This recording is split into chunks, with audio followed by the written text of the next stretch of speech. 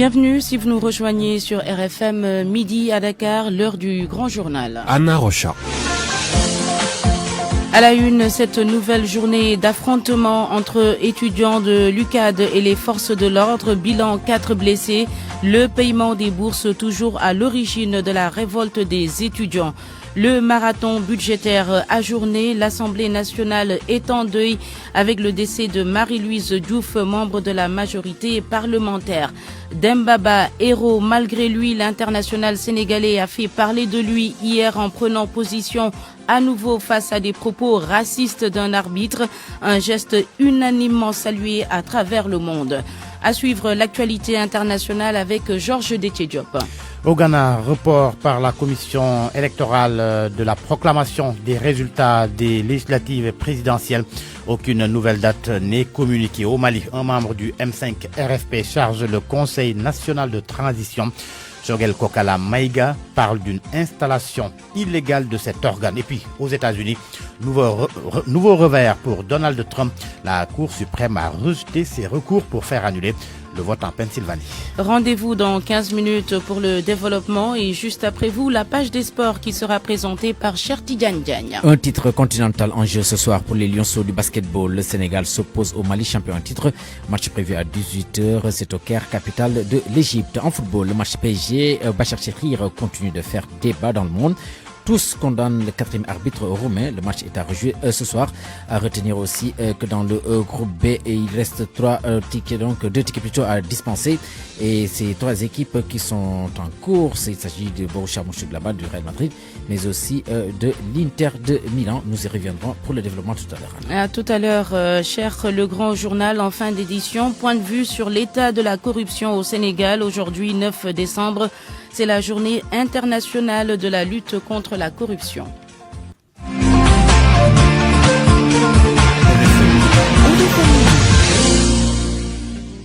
Bonjour à tous. Des affrontements ont eu lieu ce matin à l'université Cheikh Anta Diop de Dakar entre les forces de l'ordre et les étudiants.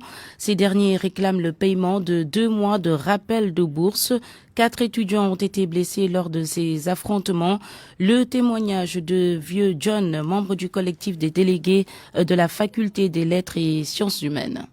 Oui, nous sommes là aujourd'hui, nous sommes sur le terrain parce que la cause estudiantine se sent menacée par le non-paiement des bourses, aussi le retard des bourses et aussi les accompagnements qui tardent toujours à ne pas être effectifs. Nous sommes restés plus de 2 mois sans percevoir nos bourses. Vous voyez, il y a même des étudiants, il y a même des cas particuliers qui sont restés toute l'année sans pour autant recevoir leur bourse. Les États sont sortis depuis la semaine prochaine. Les États sont sortis, mais toujours le paiement tard. Et nous nous sommes renseignés parce que nous sommes les représentants des étudiants. Nous sommes partis au niveau des autorités pour se renseigner et ils nous ont dit que ce sont des problèmes entre le ministère des Finances et l'Ecobank. Quand ils partent à la direction des bourses, ils les envoient au niveau de l'Ecobank. Et l'Ecobank, depuis que le coronavirus est là, l'Ecobank ne travaille pas pour les étudiants. À qui la faute? À l'État. Oui, c'est l'État. Parce que quand nous partons à la direction des bourses, il nous dit sont des erreurs techniques au niveau de l'Ecobank, ainsi de suite, par-ci par-là. Mais est-ce que le problème entre l'Ecobank et la direction des bourses, est-ce que cela nous concerne? Présentement, ils sont en train de vivre des conditions extrêmement précaires. La communauté estudiantine, et nous allons se battre, s'il le faut, mourir sur le terrain pour que nos camarades soient payés. Oui, les blessés sont nombreux. Voilà, moi personnellement, j'ai évacué 4 blessés. Il y a 2 de notre faculté, FACLET. Il y a 1 de la faculté des sciences et il y a un aussi de la faculté de médecine. 2 sont au niveau de l'hôpital Fann. 2 sont là au service médical de l'université. Vieux John, membre du collectif des délégués de la faculté des lettres et sciences humaines de l'UCAD, propos recueillis par Pape Mbaye Diaw. Le directeur des bourses annonce lui que les étudiants vont percevoir leurs bourses d'ici vendredi. Il précise toutefois qu'il s'agit des bourses pour la présente année académique qui se payaient habituellement en fin d'année. On écoute Khalifa Gaye, interrogé par Ndiogou Diène. Les étudiants réclament le paiement des bourses pour l'année académique 2020-2021. C'est-à-dire qu'en fait, ce qu'on appelle les rappels de rentrée 2020-2021. Il s'agit des mois d'octobre et de novembre. Et vous êtes bien informé que, en fait, dans les universités, nous sommes toujours dans l'année académique 2019-2020. Mais cela ne nous a pas empêché de travailler pour le paiement, en fait, de ces mensualités. Et il est aussi bien de rappeler ce qui se faisait les autres années. Les autres années, les étudiants percevaient leur dernier paiement pour l'année précédente au mois de juillet, ou plus tard au début du mois d'août. C'est ce qu'on appelait les rappels de vacances. Après ces rappels de vacances, les étudiants restaient jusqu'à la fin du mois de décembre pour percevoir leur premier paiement. Donc c'est ce qui se faisait toutes les autres années. Nous, cette année, exceptionnellement, vu en fait le contexte, on a bouclé l'année 2019-2020 en début d'octobre. D'ailleurs, comme mentionné dans le communiqué d'alors, c'était pour permettre aux étudiants d'avoir un fonds de roulement. Donc on a fait un paiement en octobre pour boucler l'année 2019-2020. Et depuis, nous travaillons maintenant pour le paiement, pour le début du paiement 2020-2021. Ce que nous avons fini depuis très longtemps d'ailleurs, nous avons fait les états qui sont disponibles et qui sont visibles par les étudiants. Ils voient les états. Moi, ce que je leur ai dit quand ils m'ont appelé hier, qu'en principe, d'ici vendredi, ils seront payés. C'est ce que je leur ai dit quand certains parmi eux m'ont appelé. Je leur ai dit que d'ici vendredi, ils seront en principe payés. Les travailleurs de la Grande Muraille Verte de Martoubab également sont en mouvement d'humeur. Ils réclament, eux, près de 15 mois d'arriérés de salaire et demandent à l'État d'intervenir. Leur porte-parole, Demba Hamadisso, est au micro de notre correspondant permanent à Louga, Abraham Polpouille. Nous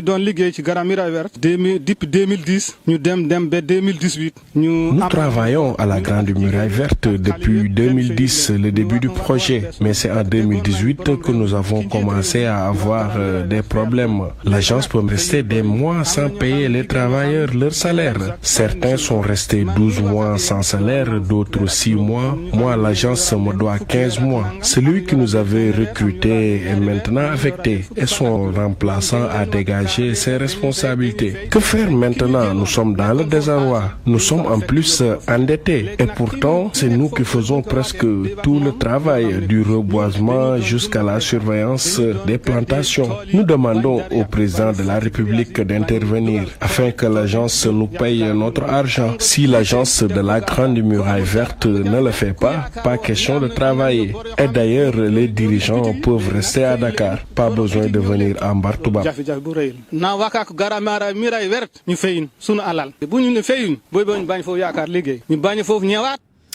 Il est midi 8 sur RFM, vous écoutez le Grand Journal. RFM, l'info, c'est ici. L'info, c'est ici. Le point sur la situation de l'épidémie de Covid-19 au Sénégal. Sur 1001 tests réalisés, 69 ont été déclarés positifs. Il y a 35 cas communautaires aujourd'hui, 33 cas contacts et puis un cas importé. 10 cas graves sont actuellement en prise en charge au niveau des services de réanimation. Un nouveau décès a été enregistré et sur l'augmentation des cas de Covid-19, les centres de traitement vont reprendre service après une période d'allègement de leurs activités due à la baisse des fréquentations des patients de Covid-19. Les explications du docteur Ousmane Dia, directeur des établissements publics de santé, interrogé par Awambaye. Ce qui a été instruit au directeur d'hôpital depuis quasiment 4 jours, c'est de rouvrir. Et aujourd'hui, je suis même en contact avec tous ces directeurs dans la mesure du possible que tous les secteurs soient fonctionnel à 100% au plus tard le 10 ou le 15 décembre. Ce qui fait aujourd'hui, nous sommes vraiment à l'aise par rapport à la capacité litière, notamment pour les lits simples, mais pour les lits aussi de soins intensifs, ainsi que pour les lits de réanimation qui nous permettraient en quelque sorte de faire face véritablement à cette Covid. Donc, rassurer les gens pour le dire, comme durant la première phase, le dispositif du ministère est assez huilé. Et tout ce qui doit être maîtrisé par rapport à cette pathologie et tout ce qui doit être mobilisé est fait au niveau du ministère et au niveau des démembrements. Et le CNG se réunit encore régulièrement tous les lundis pour en tout cas étudier la situation et aller vers la prise en charge de cette pathologie par le biais des moyens décentralisés, les médecins chefs de région, les médecins chefs de district ainsi que les directeurs d'hôpital. Du côté de Thiès, actuellement, c'est le manque d'eau qui hante le sommeil des populations, surtout au niveau de Morolan. Pourtant, les forages qui alimentent une partie de Dakar et sa banlieue sont implantés dans cette commune rurale de Tivaouane. Même le maire et les membres du conseil municipal ont lancé un cri de détresse lors de la présentation du budget 2021. Les précisions de Cheikh Anta Diop Patches. Mont-Roland vit toujours dans une situation extrêmement difficile. Le manque d'eau est notoire dans plusieurs villages de la commune. Un cri du cœur lancé par le maire Yves Lamine6 à l'occasion de la présentation d'une proposition de budget. On s'est rendu compte que quand Aquatec est venu jusque-là, depuis plus d'1 an, il y a des villages où il n'y a pas encore d'eau, tels que le village de Lorus et le village de Tuvintango, le village centre. Jusqu'à présent, il y a des parties qui n'ont pas d'eau pendant la saison sèche. Selon le maire de Mont-Roland, les populations ont alerté les autorités étatiques depuis plusieurs années sur le problème d'eau à Mont-Roland. Et pourtant, selon lui, plusieurs forages qui alimentent Dakar sont implantés dans la localité. C'est à l'État quand même de nous aider pour que quand même qu'il y ait assez d'eau à Mont-Roland. Parce que nous ne pouvons pas comprendre quand même que le réseau Pout-Nord de la Seine-Eau ou de la Sonès, où il y a 13 forages, qu'on connaît des problèmes d'eau. C'est pas normal qu'on prenne l'eau de Mont-Roland, en tout cas l'eau souterraine de Mont-Roland, qu'on l'amène à Dakar et que les gens qui vivent à Mont-Roland n'aient pas assez d'eau. C'est à l'État d'assurer le service. Les conseillers municipaux de Mont-Roland ont évoqué entre autres la prolifération de carrières de latérite à Mont-Roland et que plusieurs d'entre elles ne versent pas de taxes à la commune. RFM Thiès, Cheikh Anta Diop. Une information qui vient de nous parvenir, le verdict attendu d'un moment à l'autre dans l'affaire des 4 membres du collectif Nyolank arrêtés la semaine dernière. L'audience s'est tenue ce matin devant le tribunal des flagrants délits de Dakar. Le procureur a requis 2 mois fermes contre Fallou Mardiagne et l'application de la loi pour les autres prévenus. Ces 4 personnes avaient été arrêtées alors qu'elles voulaient déposer une demande de manifestation à la préfecture de Dakar. Le collectif des producteurs et exportateurs de graines d'arachide répond au directeur général de la Sonacos, Modou Diagne Fada, qui a déclaré hier soir dans l'émission Déclic de la TFM que c'est l'excédent de production d'arachide qui est destiné à l'exportation pour éviter aux huileries des difficultés. Le président du COPEGA précise que le monde rural sera dans le désastre sans les exportateurs. Habib Cham, il s'appelle, il est joint par El Haj Ndjougoudiena. Quand il parle d'excédent, c'est d'excédent par rapport à quoi? Si les excédents sont supérieurs aux besoins, on ne parlera pas d'excédent. C'est parce qu'on a une production de 1 800 000 tonnes et que les besoins de la Sonacos, des réserves en semences pour l'État du Sénégal, pour les besoins domestiques, tout cela réuni, ça fait même pas 600 000 tonnes. Et aujourd'hui, 600 000 à 700 000 tonnes. Aujourd'hui, on a produit 1 800 000 tonnes. Et les 1 100 000 tonnes, comment on va faire? Ça, c'est excédent. Ça, c'est pas un excédent, ça. C'est-à-dire que l'exportation des graines d'arachide, c'est une nécessité, c'est un mal qui est nécessaire. Vu le rythme de production qui est constaté des années et des années, l'exportation constitue le sauveur même du monde rural. C'est-à-dire que si les gens là, avec leur micmac là, essaient quand même de freiner les exportations, je pense qu'on assistera à un désordre total au monde rural. Et que je pense que le président de la République, il a bien compris cela. Et que lui, il est en phase avec nous pour l'exportation d'une partie de la production. Et qu'aujourd'hui, le prix, il est fixé. Le marché, il est là, c'est un marché libéral. Et chacun doit avoir sa méthode d'approvisionnement. Et c'est tout. Nous, on nous a taxés pour nous décourager. C'est-à-dire qu'on nous a taxés pour justifier quand même la subvention. Ce dont nous ne sommes même pas d'accord. Mais je vous dis que dans le cadre de sa déclaration d'hier, du directeur de la Sonacos, je pense que nous, si on n'était pas là, je pense que le monde rural aura un problème. Dans le secteur des transports, les usagers de l'autoroute à péage qui se plaignent des désagréments et de la cherté n'ont qu'à prendre la route nationale s'ils ne sont pas satisfaits. Ces propos du ministre des Infrastructures et des Transports terrestres tenu à l'Assemblée nationale fâche le collectif citoyen des usagers de l'autoroute. Bachir Fofana, le porte-parole du dit collectif, et ses camarades dénoncent des propos maladroits, peu patriotiques, voire condescendants du ministre. Il continue de réclamer la renégociation du contrat pour mieux prendre en compte les préoccupations des usagers. Bachir Fofana est au téléphone avec Barthélémy Ngam. Nous attendons que le ministre des Transports satisfasse les Sénégalais en ce qui concerne les problèmes liés au transport. Et parmi les problèmes liés au transport, il y a l'autoroute à péage et la qualité du service qui est délivré dans cette autoroute à péage et le coût également de péage. Ce sont des éléments exorbitants, très chers, que nous dénonçons, que nous continuons de dénoncer. Et nous aurions aimé entendre le ministre défendre les Sénégalais plutôt que de vouloir leur dire « prenez la nationale si vous n'êtes pas content ». Donc le collectif citoyen des usagers de l'autoroute à péage dénonce avec la plus grande énergie ce discours qui frise un peu la condescendance. Vous savez, le collectif est né avec 5 points qui sont toujours d'actualité, même s'il y a des évolutions. Premièrement, nous avions demandé la renégociation du contrat parce que l'étude que nous avons sortie tout récemment, même s'il y a des évolutions. Premièrement, nous avions demandé la renégociation du contrat parce que l'étude que nous avons sortie tout récemment a montré que les populations sont extrêmement lésées à tout point de vue par cette autoroute. Donc, la renégociation du contrat s'impose. Deuxièmement, nous avions demandé la baisse des tarifs. Nous avons obtenu une première baisse sur le dernier tronçon qui va vers l'aéroport, mais les tronçons les plus utilisés, c'est-à-dire l'axe Dakar-Pikine, Dakar-Rufisque et Dakar-Diamniadio, on devrait arriver à une baisse du tarif sur ce niveau. Troisièmement, nous avions demandé pour plus de sécurité que l'autoroute soit éclairée. Un temps, on nous avait dit que c'était pas possible. Aujourd'hui, nous avons vu que certains axes, il y a un peu d'éclairage qui est en train d'être installé. Quatrièmement aussi, nous avions demandé beaucoup plus de sécurité en ce qui concerne la divagation des animaux. Et enfin, nous attendons toujours la publication du contrat conformément au nouveau texte de l'UEMOA qui demande la publication de tous les contrats signés au nom du peuple sénégalais. RFM, fréquente modulation 94.0, la radio en puissance.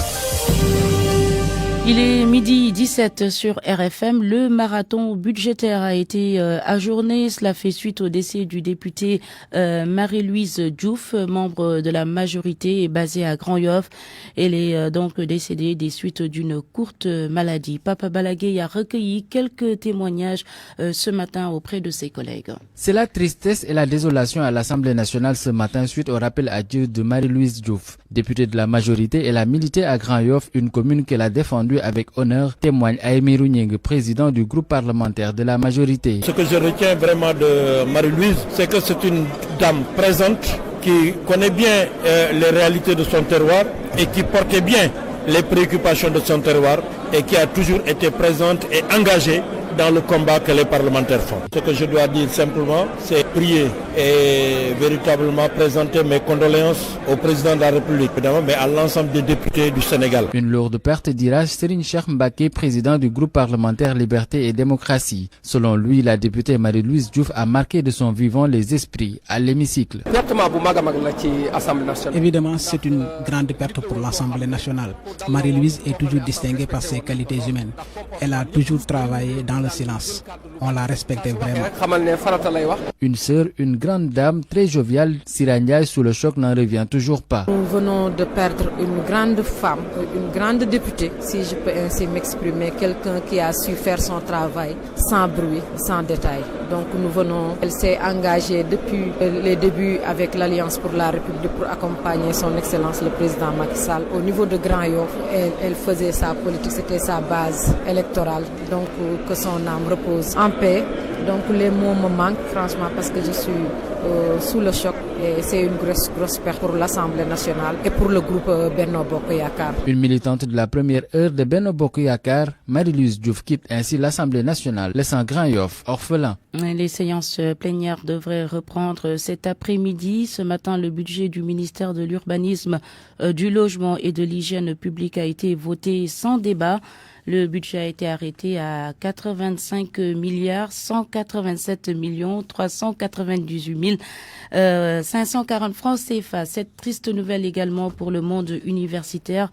Le professeur Mariama Dalonda Diallo n'est plus. Elle était professeure de microbiologie et de biologie végétale de l'UFR des sciences économiques, aquaculture et technologie alimentaire de l'université Gaston Berger de Saint-Louis. En plus bref, toujours l'ARMP présente tout à l'heure à 16h ses rapports 2018 et 2019. Ce sera en mode virtuel. Les rapports seront ensuite publiés dès la fin de la cérémonie sur le site de l'autorité de régulation des marchés publics. Soirée de Champions League inédite hier soir. Le match entre le PSG et l'Istanbul Başakşehir a été interrompu après une dizaine de minutes de jeu. L'international sénégalais Demba Ba est devenu un héros malgré lui. C'est lui qui a mené la révolte des joueurs turcs après avoir entendu des propos racistes de la part du quatrième arbitre. Cette prise de position, qui n'est pas la première du genre, a fait réagir et a été salué à l'unanimité.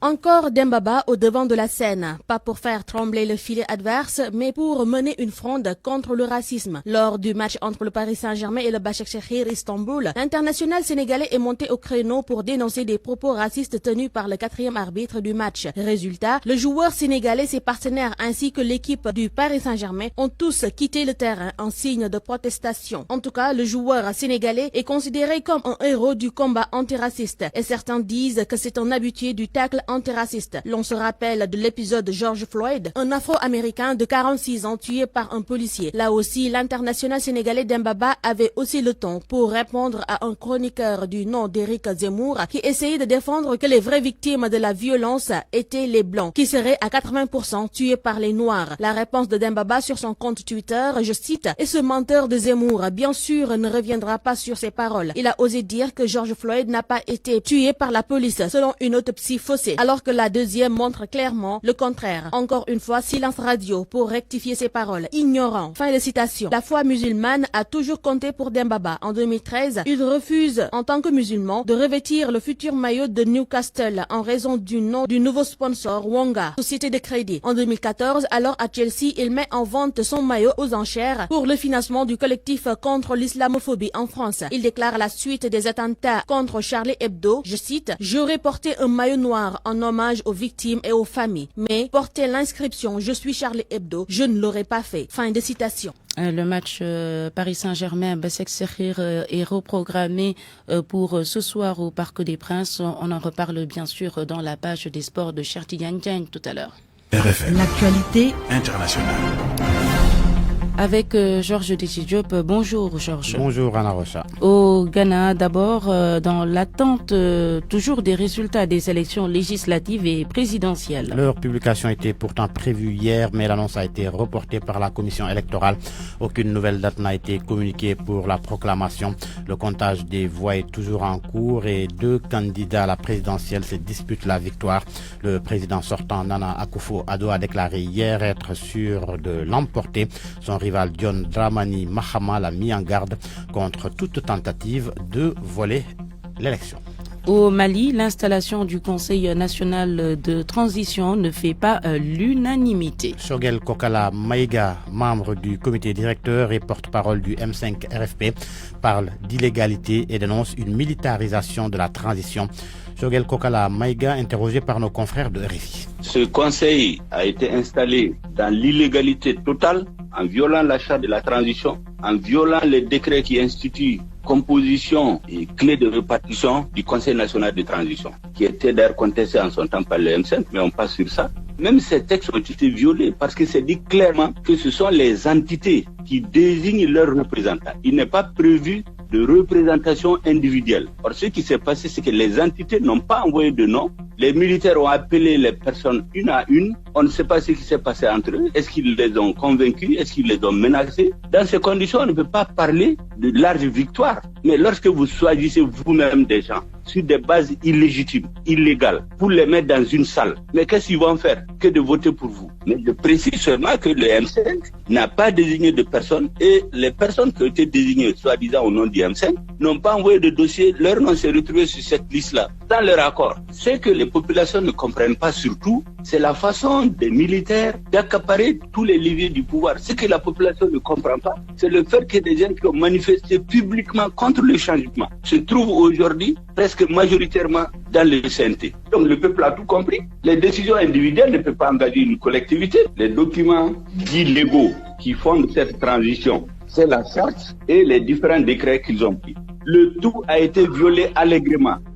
Et on va au Cameroun à présent, Georges, où le blocus de la résidence de l'opposant Maurice Kamto a été levé. L'assignation à la résidence a été levée donc quelques jours après la tenue des élections régionales contestées par l'opposant. Il y a un peu plus de 2 mois, les forces de l'ordre déployées aux entrées menant à la résidence de Kamto ont été invitées à lever le siège. Le président du RMC est donc libre de ses mouvements. Maurice Kamto a été placé en résidence surveillée après avoir appelé les populations à des manifestations pacifiques contre le gouvernement le 20 septembre dernier. Présidentielle américaine, un nouveau revers pour Donald Trump. La Cour suprême a rejeté ses recours pour faire annuler le vote en Pennsylvanie où les résultats ont pourtant été certifiés. Trump voulait donc faire annuler plus de 2 millions de votes par correspondance dans cet État clé. Aux États-Unis, toujours, le président Joe Biden a présenté hier son plan anti-Covid. Dès ses 100 premiers jours, il veut injecter 100 millions de doses de vaccins. Aussi, masque pour tous et réouverture des écoles. Georges Déthié-Diop qui nous revient dans 5 minutes pour la revue de presse des journaux parus ce matin. Parole aux auditeurs. L'actualité, qu'en pensez-vous? Moi, je pense que vous devez. Réagissez dans nos éditions d'information sur l'actualité. Bonjour. Du lundi au vendredi, vous avez la parole sur RFM. Point de vue en fin d'édition sur l'état de la corruption au Sénégal à l'occasion de la journée internationale de lutte contre la corruption. RFM Sport. Bonjour, cher Tidiane Diagne. Bonjour à vous, Anna Rocha. Un titre continental en jeu ce soir pour les Lionceaux du basket, le Sénégal face au Mali, champion sortant. C'est prévu à 18h, heure de Dakar. Donc, le Mali qui va donc jouer cette finale contre le Sénégal. C'est le remake de la finale de 2018 remportée justement par les Aiglons. Dans ce tournoi qui se déroule au Caire en Égypte, en match de groupe, les Lionceaux avaient dominé l'équipe malienne. La finale de ce soir reste une autre paire de manches selon Ndongo Ndiaye, conseiller sportif du président de la République, que nous avons joint au téléphone depuis le Caire. Il faut saluer la double participation de l'équipe masculine et de l'équipe féminine des U18, montrant que moi on s'intéresse à la petite catégorie et que c'est important de participer au championnat d'Afrique. Et ça dans un contexte extrêmement difficile, mais quand même les gens ont tenu à vraiment participer. Il faut féliciter la fédération et le ministère des Sports qui ont vraiment eu à faire le nécessaire pour faciliter cette participation. Ce qui est important, les jeunes filles se sont bien débrouillées. Malheureusement, elles ne sont pas qualifiées, mais quand même, elles se sont bonifiées au fil des matchs. Donc, c'est un match exceptionnel à tout point de vue. Vraiment, elles ont battu l'Égypte, pas suffisamment pour se qualifier en championnat du monde et en finale. Les garçons sont en finale et sont déjà qualifiés pour le championnat du monde qui était l'objectif. Donc il faut saluer l'atteinte de cet objectif. Ensuite, continuer à pousser pour gagner la finale de demain. C'est possible, c'est possible contre une grande équipe du Mali qui, malgré cette défaite en match de poule, est une grande équipe qui se bat, qui est très très très combative. Il faut être combatif comme eux. Je pense que c'est ça. L'actualité du football, le match PSG contre Basak Sahir qui continue de faire débat dans le monde cher. Tous condamnent le 4e arbitre roumain. Son nom, Sebastian Coltescu, c'est l'arbitre roumain donc accusé d'avoir prononcé des propos racistes à l'encontre du technicien camerounais de Bachar Sahir. Et selon le quotidien d'information roumain paru ce matin, le juge s'est défendu en ces termes. J'essaye juste d'être bon. Je ne lirai aucun site ces jours-ci. Quiconque me connaît sait que je ne suis pas raciste à avouer. Donc l'arbitre, comme confirmé donc par l'UEFA, les 22 acteurs du match Paris Saint-Germain-Bachar Sahir feront le retour ce soir sur la pelouse du Parc des Princes à partir de 17h55 GMT. L'instance européenne a décidé de changer cependant le corps arbitral afin de ramener la sérénité entre les différentes parties. L'ancien international sénégalais Alassane Ndour, qui a évolué notamment en Saint-Étienne en Ligue 1 française, se félicite lui de l'attitude des acteurs qui ont marqué le coup, notamment Dembaba, l'international sénégalais. Il a fallu qu'il monte au créneau, crier, aller affronter les arbitres en face et leur dire ce qu'il avait à leur dire. Et que aussi j'ai bien aimé la solidarité des deux équipes qui n'ont pas voulu rejouer. Donc c'était la bonne chose, la bonne attitude à avoir. Et c'est important aujourd'hui que ça attire l'attention de tous ces joueurs qu'on appelle de couleur. Nous, les Noirs, fiers d'être Noirs, il faut qu'on soit beaucoup plus solidaires. Dès qu'il y a un joueur qui subit ce genre d'incident-là, n'a pas à revenir sur le terrain. Il faut que ce soit des décisions catégoriques. Par rapport à ces successions de matchs-là, ça peut faire réagir les instances internationales comme l'UEFA, la FIFA et tout ça. Donc pour que les gens puissent vraiment respecter ce jeu, puissent vraiment prendre ce côté racisme-là et mettre ça de côté, parce que le football n'a pas besoin de ça. Le football, c'est quelque chose qui unit les races. Je dirais même qu'il y a une seule race, c'est la race humaine. Alassane Nour, ancien international sénégalais qui a évolué notamment sur les couleurs de l'AS Saint-Etienne. Les derniers tickets qualificatifs pour les 8e de finale vont se disputer ce mercredi, notamment avec le groupe B où les 3 premiers sont en course. Il s'agit du Borussia Dortmund avec 8 points qui se déplace sur la pelouse du Real de Madrid, 3e au classement, défaite interdite pour l'équipe madrilène. Les Shakhtar Donetsk, donc les Ukrainiens avec 7 points qui occupent la 2e place, qui se déplace sur la pelouse de l'Inter de Milan avec 5 points, mathématiquement pas encore éliminé pour les autres rencontres. À 17h55, Midtjylland joue contre Liverpool de Sadio Mané. L'Atalanta de Bergame est en déplacement aux Pays-Bas face à l'Ajax. À 20h, la seconde série de rencontres avec le Real Madrid et le Borussia Mönchengladbach, mais aussi le Bayern Munich qui va accueillir le Lokomotiv de Moscou. L'Olympique de Marseille est en déplacement à Manchester pour jouer donc les Citizens. Salzbourg accueille Atlético Madrid déjà qualifié. Le Shakhtar Donetsk, je le disais tantôt, donc qui joue contre l'Inter de Milan. Olympiakos, les Pirées accueillent les Portugais du FC Porto à Narche. On fait quel match ce soir? Probablement, je jette un coup d'œil, ça devrait être à mon avis le match entre le Real Madrid et le Borussia Mönchengladbach. Merci beaucoup, cher Tidiane Diagne. RFM, la presse du jour. La revue de presse à midi passée de 32 minutes avec Georges Détidiop. Sonko, Khalifa, une rencontre qui fait parler. L'ex-maire de Dakar et le leader de PASTEF se sont retrouvés lundi. Et c'est Khalifa Sall qui a rendu visite à Ousmane Sonko. Une photo des deux hommes, tout sourire, le montre d'ailleurs dans les journaux. Ainsi, l'AS s'exclame Khalifa aux côtés de Sonko. Le quotidien indique qu'en rendant visite à Ousmane Sonko et en s'affichant avec lui, Khalifa Sall semble démentir sa proximité avec Macky Sall. Mais aussi, après les retrouvailles Macky-Idi, les deux opposants pourraient s'allier en perspective des prochaines locales. Le quotidien LAS a la même lecture. Selon mon confrère, cette rencontre laisse entrevoir une alliance imminente entre PASTEF et Taxawu Sénégal. Walf Quotidien renchérit et affirme, sur la base de sources sûres, que l'objet de la rencontre était d'engager entre autres la bataille pour le contrôle de Dakar, mais également des capitales régionales aux prochaines locales. Quant à l'Observateur, il fait savoir que c'était pour discuter de la stratégie à mettre en place pour obliger l'État à respecter le calendrier électoral. Sous un autre registre, l'Observateur évoque la hausse des budgets du Haut Conseil des collectivités territoriales et du Conseil économique, social et environnemental qui, de l'avis de mon confrère, continue de faire des vagues. Le journal souligne que même si cette rallonge financière servirait, entre autres, pour l'achat de véhicules pour le Conseil économique, social et environnemental et le paiement d'échéances pour le Haut Conseil des collectivités territoriales, elle fait toujours désordre, surtout dans le contexte économique actuel, indique l'Observateur. Pendant ce temps, enquête s'arrête sur les ralliements tous azimuts à la majorité. Le journal croit savoir que Macky Sall, en recrutant dans le camp de la majorité tous les transfuges du Parti démocratique sénégalais, parvient à donner corps au rêve de son ex-mentor. Pendant que certains y voient une volonté de réunifier la famille libérale, d'autres, selon enquête, estiment que c'est plutôt une volonté d'épurer ce qui reste du parti de Wade, ou encore une manière de sauver les meubles dans son parti. Macky Sall, à qui l'on prête l'intention de vouloir amnistier Karim Wade et Khalifa Ababakar Sall. Si cela s'avère, Sud Quotidien fait état d'un jeu à quitte ou double auquel se livre le chef de l'État, qui semble être dans une logique de rassembler la grande famille libérale. Mais à quel prix, s'interroge le journal. À la une de Source A, l'affaire des centres de redressement de Serigne Modou Kara. Le journal révèle que des mises en cause récemment libérées par la gendarmerie sont déjà dans le viseur de la justice. Et pour cause, certains ont posé des actes lourds. À peine ont-ils recouvré la liberté. À titre d'exemple, un ex-membre du centre de redressement de la zone B est allé bastonner sa propre génitrice. Mais pourquoi Serigne Modou Kara n'a pas été arrêté et ne le sera sans doute pas? Tentative de réponse dans le Témoin avec des juristes et avocats qui donnent leurs avis sur la question.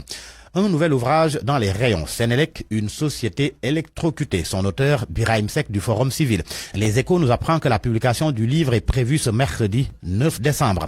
Les Échos fait savoir que le coordinateur du Forum Civil dénonce dans le livre la violation du Code des marchés, le rôle de Mahamad Boun Abdallah Dionne, la passivité coupable du président Sall. Il évoque aussi le scandale Excelec et l'affaire Paocom. En sport, pour terminer, les Échos informent que les acteurs de la lutte réclament l'ouverture de la saison de lutte. Doudou Diagne Diéko, lui, déclare dans le journal qu'ils vont discuter avec tout le monde et même s'il faut manifester, ils vont le faire. Les boîtes de nuit, selon lui, fonctionnent. Les musiciens et autres se produisent. Pourquoi pas la lutte, s'interroge-t-il. Quant à Pape Abdou Fall, il confie qu'ils ont dépensé des millions et ce sont des investissements très lourds qu'ils ne peuvent toujours pas rentabiliser. À vos kiosques et bonne lecture. Point de vue. Regard croisé sur l'actualité du jour. À 12h35, on y est en ligne avec nous, Monsieur Diop Abdelaziz, coordonnateur adjoint du Forum Civil. Bonjour, Monsieur Diop. Bonjour, Anna. Également en ligne, Chérif Théodore Monteuil, député à l'Assemblée nationale. Bonjour, honorable. Bonjour Anna. Vous me permettez de démarrer avec Abdelaziz Diop, coordonnateur adjoint du Forum Civil. Depuis 4 ans, selon Transparency, on est toujours, le Sénégal en tout cas, est toujours dans la zone rouge. On stagne avec le même score, 45 points sur 100. Comment expliquer ce recul, on va dire? Je dis recul, mais c'est parce qu'on stagne en fait. Oui, merci beaucoup Anna. Je salue mon monsieur honorable Montey. Ce qui explique cette situation, c'est que le Sénégal en 2012 était d'abord à 36 points. Et quand le président de la République est venu, il a pris vraiment des mesures très fortes, notamment l'OFNAC, la création de l'OFNAC, la réactivation de la CREI, la déclaration de patrimoine qui s'en est suivie ensuite, l'adhésion à l'ITE, le code de transparence, le ministère de la promotion de la bonne gouvernance. Il avait aussi prôné la gouvernance sobre et vertueuse dans son discours aussi du 3 avril. Le premier discours après son investiture comme président élu, il avait dit « Je ne protégerai personne et je dis personne ». Donc vraiment, le président avait pris des mesures fortes. Et ce qui a eu un impact réel dans le score du Sénégal. Parce que de 2012 à 2013, nous avons fait un bond de 5 points. Mais depuis lors, il y a eu une évolution en dents de scie. Mais depuis 2016, comme vous l'avez si bien dit, le Sénégal stagne. Parce que d'abord, il y a l'impunité. Mais aussi, il faudrait questionner aujourd'hui c'est-à-dire cette gouvernance sobre et vertueuse, qu'est-ce qu'elle a donné en termes de résultats. Au-delà de ça aussi, l'exemplarité de nos dirigeants.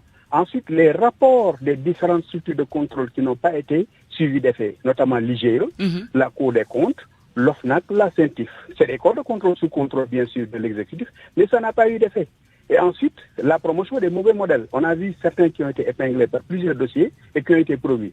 Alors que je pense qu'à ce niveau, il y a eu des problèmes. On pouvait comprendre, pour le cas en Afrique, pour un premier mandat, c'est toujours dans le besoin d'être élu. Souvent, on fait fi de toutes les idéaux, de tous les idéaux de départ. Mais je pense que le président aujourd'hui a les coups des franches pour mettre le Sénégal sur la bonne pente, c'est-à-dire sortir de la zone rouge. Mais ça, il faut des mesures fortes. Nous y reviendrons peut-être dans la deuxième partie de l'entretien. Il y a 2 semaines, si je ne m'abuse, le Forum Civil avait d'ailleurs présenté une autre étude sur la mise en œuvre, cette fois-ci, d'une convention de l'Union africaine relative justement à ce problème de la corruption. Le Sénégal, en fait, a adopté plusieurs textes, mais on n'arrive pas à les appliquer.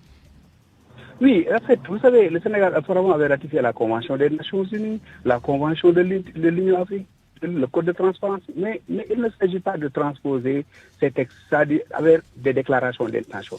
C'est surtout la mise en œuvre qui pose problème. On a beaucoup de textes. Aujourd'hui, le cadre institutionnel, il est là, mais c'est surtout dans le cadre on a la conformité technique, mais c'est la conformité en termes d'efficacité qui pose problème. C'est-à-dire que toutes ces structures, tous ces textes qui ont été transposés, qui ont été ratifiés, toutes ces lois, mais quel est l'impact? L'impact est faible parce que depuis 4 ans, nous sommes dans la zone rouge. Et nous avions proposé comme plan concerté de sortie de crise.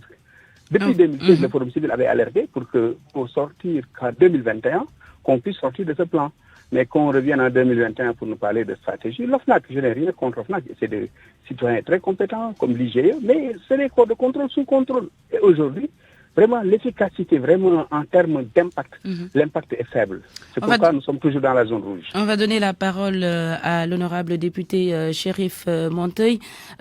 Monsieur Monteuil, pourquoi vous, à votre avis, ça coince toujours? Pourtant, on a énormément de lois sur la déclaration, notamment du patrimoine. Pourquoi, à votre avis, ça coince? Merci beaucoup, Anna. Permettez-moi à mon tour de saluer M. Diop et de reconnaître la pertinence des arguments qu'il soulève concernant les corps de contrôle sous contrôle. C'est une très bonne formule. En fait, ce qu'il y a, je pense que, vous savez, la corruption est un phénomène de société d'abord. Donc, il y a deux niveaux d'action quand on veut éradiquer la corruption. Le premier niveau, il doit être éducationnel. Aujourd'hui, quand on dit que 93% des Sénégalais disent connaître les pratiques de corruption, c'est un rapport de l'OFNAC qui le dit. Et les sous-secteurs publics les plus touchés sont la sécurité publique, police, gendarmerie, 95,9%, la santé, 29,2%, l'éducation, 26,1%. Ça veut dire que avant de monter au niveau législation, il est important qu'au niveau éducation, c'est-à-dire au niveau même de notre société, qu'on apprenne à comprendre pourquoi nous sommes sensibles à la corruption.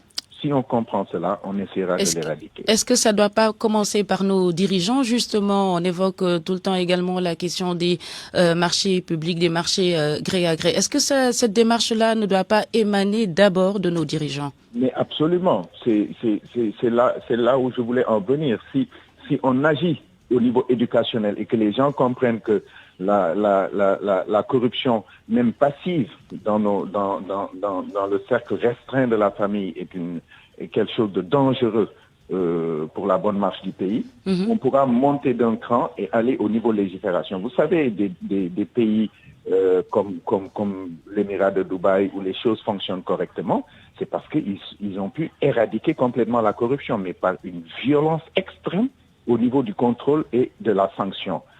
Parce que la corruption est un poison pour les politiques publiques. On ne peut pas réussir à développer un pays là où il y a une perception de la corruption au niveau où le Sénégal est aujourd'hui. Et donc, comme le disait M. Diop, c'est bien de contrôler.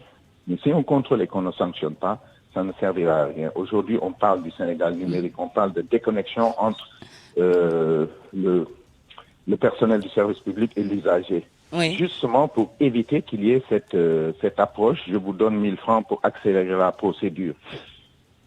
Ça, c'est des pratiques qui sont tellement naturelles chez nous. Et qui ne sont pas normales, puisque ce sont des agents qui font leur travail. Ce n'est pas normal, aussi bien du point de vue de l'agent que du point de vue de celui qui propose. Parce que, vous savez, on a vite fait, parce qu'on est pressé, parce qu'on veut aller beaucoup plus vite, etc., proposer 1000 francs, 2000 francs. C'est la somme de tout ça qui nous mène à 100 milliards par an de pertes sèches. Aujourd'hui, c'est ce que coûte la corruption au Sénégal. 113 milliards selon les derniers rapports de l'OFNAC. C'est énorme pour un pays sous-développé. Et donc, moi, je pense qu'il faudrait très tôt, montrer aux gens qu'on peut s'opposer au fait que le personnel du service public soit en position de demander de l'argent pour exécuter le travail pour lequel il est payé. Comment sanctionner, par exemple, des directeurs généraux qui refusent toujours de déclarer leur patrimoine? Mais la sanction est claire. C'est un directeur général qui refuse de déclarer son patrimoine doit être démis de ses fonctions. Mais bon, ça, c'est justement ce que disait M. Diop tantôt. Des gens qui ont été contrôlés, épinglés par les cours de contrôle et qui demain reçoivent une promotion, mais après vous voulez que le citoyen lambda il fasse quoi? Il va dire personne n'est sanctionné, donc j'ai le droit de faire ce que je veux aussi. Merci beaucoup, honorable député Chérif Théodore Monteuil. Il nous reste juste 30 secondes. On termine avec vous, Abdoulaziz Diop. Pour vous, la sanction, c'est le remède? Bien sûr, il faut des mesures répressives comme préventives. La sanction, mais la sanction au double sens. D'abord, la sanction, nous avons proposé un système national d'intégrité. La sanction pour les bons modèles, parce qu'il y en a dans l'administration à tous les niveaux, mais la sanction aussi pour les mauvais modèles, une sanction exemplaire à la mesure. Parce que c'est un crime économique. L'autre a dit monter poison. Moi, je dis cancer pour l'économie, cancer pour nos économies fragiles, cancer pour nos valeurs. Aujourd'hui, vraiment, je pense qu'il est temps quand même que nos dirigeants puissent montrer la bonne voie à travers l'exemplarité. C'est la seule voie qui vaille. L'impunité, qu'elle soit bannie, la corruption, on ne peut pas la bannir, mais on peut la réduire sensiblement. Merci beaucoup à vous également d'avoir participé à ce débat. Abdulaziz Diop, coordonnateur donc adjoint du Forum civil, midi 45. C'est la fin de cette grande édition d'information. Merci à El Haj Diogoudjen à la réalisation, Abdoulaye Diop du côté de la partie technique, Yacine Pouy au digital. Je l'ai pas oublié aujourd'hui. Merci à toute la rédaction de la Radio Futur Média. Retour de l'info dans 15 minutes. Ce sera le grand journal en Wolof avec Barthélémy Ngom. C'était Anna Rocha. Merci beaucoup. Au revoir.